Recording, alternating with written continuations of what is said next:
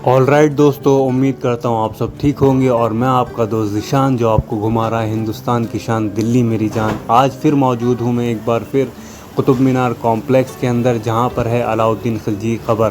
आज हम जानने वाले हैं अलाउद्दीन खिलजी के बारे में और देखने वाले हैं उसकी क़ब्र को। अगर आप मेरे चैनल पर नए हैं तो सब्सक्राइब कर लेना, वीडियो अगर पसंद आए तो लाइक भी करना। तो चलते हैं हम अभी अलाउद्दीन खिलजी की क़ब्र की तरफ। उससे पहले ये एक मस्जिद है जो बिना छत की है और इसके अंदर 3 मेहराब के साथ आज भी ये मौजूद है कुतुब मीनार कॉम्प्लेक्स के अंदर।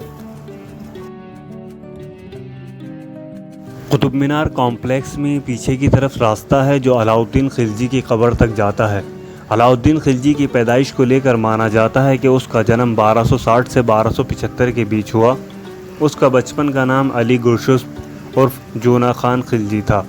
उसके वालिद शहाबुद्दीन के गुजरने के बाद खिलजी को उसके चाचा और खिलजी वंश के सुल्तान जलालुद्दीन फ़िरोज़ खिलजी ने उनको पाला था। जलालुद्दीन ने अपनी बेटियों का निकाह अलाउद्दीन खिलजी और उसके छोटे भाई अल्माज़ बेग के साथ कर दिया था। अलाउद्दीन खिलजी उसकी बेटी के साथ खुश नहीं था, इसलिए उन्होंने दूसरी शादी मेहरू नाम की बेगम से कर ली थी। अलाउद्दीन खिलजी जलालुद्दीन का दामाद था और भतीजा भी था। उसकी 4 बीवी थीं। अलाउद्दीन खिलजी ने 1296 से 1316 ईस्वी तक दिल्ली सल्तनत के खिलजी वंश का दूसरा शासक था। उसका साम्राज्य अफ़गानिस्तान से लेकर उत्तर भारत तक फैला हुआ था। उसके बाद इतना बड़ा हिंदुस्तानी साम्राज्य अगले 300 सालों तक कोई भी शासक नहीं खड़ा कर पाया था।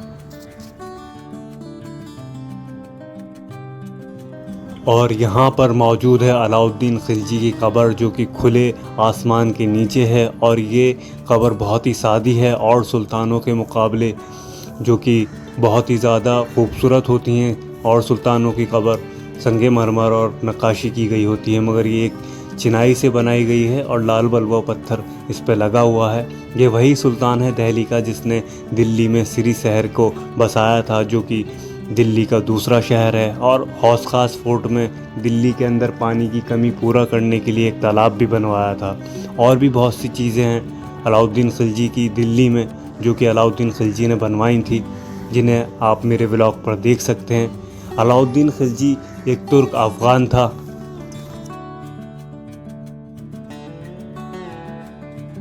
अलाउद्दीन खिलजी का कत्ल उसके वफ़ादार मलिक कफूर ने किया था। कफूर को लगा कि वो गद्दी को हथिया लेगा और उसने खिलजी को धीमा जहर दे दिया। उसके बाद उसने खिलजी के बेटे जो 3 साल का था शहाबुद्दीन उमर को सिंहासन पर बैठाया। अलाउद्दीन खिलजी 6 जनवरी 1316 ईस्वी को उनकी वफ़ात हो गई थी।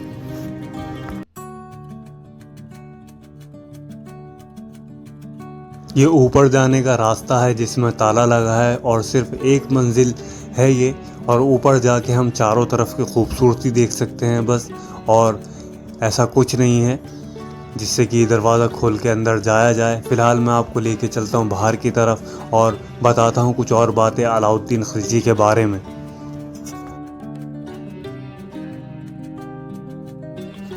1302 से 1303 ईस्वी में अलाउद्दीन खिलजी ने राजपूत राजा रतन सिंह के राज्य चित्तौड़गढ़ पर आक्रमण किया था।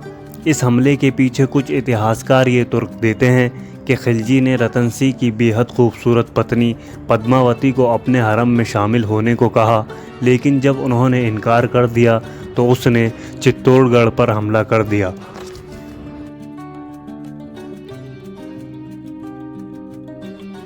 अलाउद्दीन खिलजी के इस हमले में राजा रतन सिंह तो मारे गए, लेकिन रानी पद्मावती ने खिलजी से खुद की रक्षा के लिए कई हज़ार राजपूत रानियों के साथ आत्महत्या कर ली। उसके बाद 1306 ईस्वी में खिलजी ने बंगाल राज्य पर जीत हासिल की और फिर 1308 में खिलजी की सेना ने मेवाड़ के सेवाना किले पर अपना सिक्का जमा लिया। एक तरफ क्रूर सुल्तान अलाउद्दीन खिलजी ने जहां अपने शासनकाल में लूटपाट कर कई राज्यों पर अपना शासन चलाया, तो वहीं उसने अपने राज में कई आरामदेह चीज़ें भी लागू की, जिससे आम जनता को काफ़ी फ़ायदा हुआ और वो इतिहास में एक सफल सुल्तान के रूप में उभरा।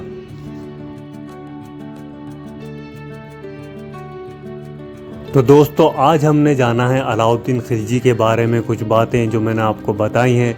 ये मेरा तीसरा व्लॉग है कुतुब मीनार कॉम्प्लेक्स में। इससे पहले व्लॉग में मैंने आपको बताया था इल्तुतमिश के मकबरे के बारे में, कुतुब मीनार और अलाई मीनार के बारे में, और साथ में इमाम ज़मी के मकबरे को भी दिखाया था। तो ये था मेरा आज का व्लॉग जिसमें हमने जाना है अलाउद्दीन खिलजी के बारे में। तो अगर आपको पसंद आया हो तो लाइक करना, और चैनल पे नए हो तो सब्सक्राइब करना, वीडियो को शेयर करना और कमेंट करके बताना दिल्ली में कौन सी ऐसी जगह है जहां मुझे जाना चाहिए और वहां की वीडियो बनाकर आपको दिखानी चाहिए। तो थैंक यू दोस्तों, मिलता हूं दिल्ली के किसी और हिस्टोरिकल प्लेस में। धन्यवाद, शुक्रिया आप लोगों का।